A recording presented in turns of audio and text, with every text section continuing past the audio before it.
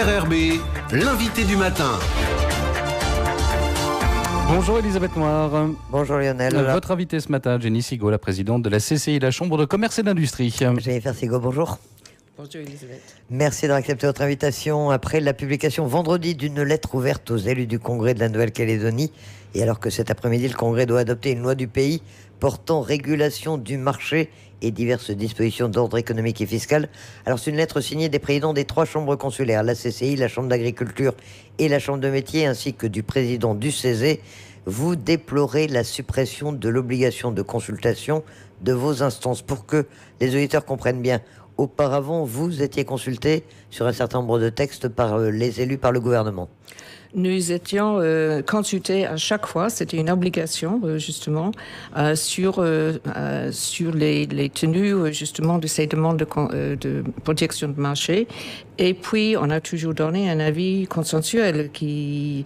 ça nous sortait un peu des guerres d'antan aussi, parce que maintenant, les gens ont mûri et puis on arrive à trouver 2 gagnants au lieu d'avoir les gagnants et les perdants. Alors, dans ce texte qui va être examiné cet après-midi, il y a donc la suppression de cette consultation. Quelle en est la raison, selon vous? Pourquoi est-ce que cette obligation de consulter les chambres consulaires a été supprimée? On cherche à le savoir. Tout ce qu'on peut dire, c'est qu'il y a une concentration de pouvoir de plus en plus entre les mains du gouvernement, parce que là, ils instaurent, si ça passe, ils instaurent justement une obligation de dépôt de dossier qui va directement sur le bureau du gouvernement sans passer par quiconque sur le chemin. Alors auparavant, quand vous étiez consulté, vous faisiez un certain nombre d'observations, les chambres consulaires, le CESE. Vous étiez suivi par le gouvernement ou est-ce que votre avis n'était pas pris en compte finalement? La plupart du temps, parce que c'était consensuel.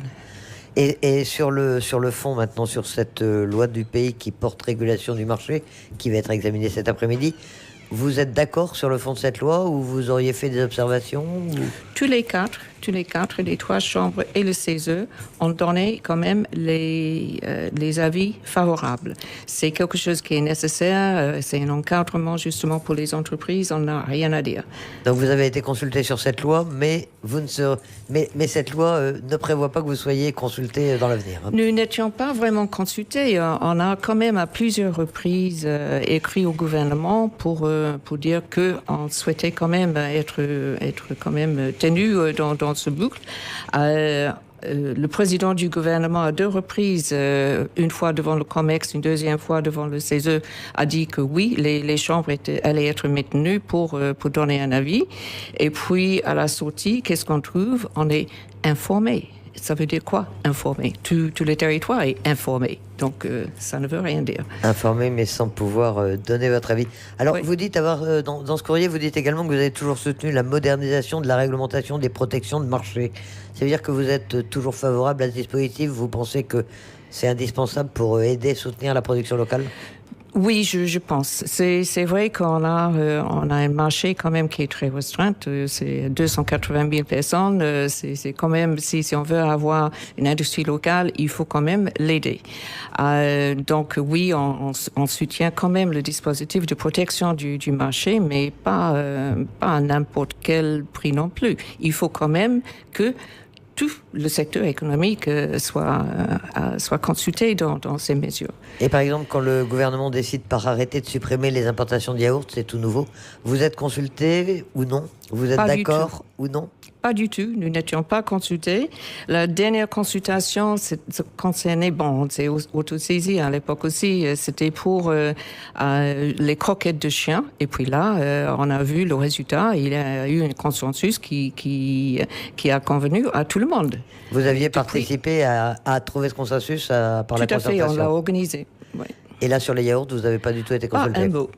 Non. Alors, dans cette lettre, vous dénoncez un processus d'instruction à la quasi-discrétion du gouvernement qui concentre désormais tous les pouvoirs. C'est quand même une accusation un peu sévère, non?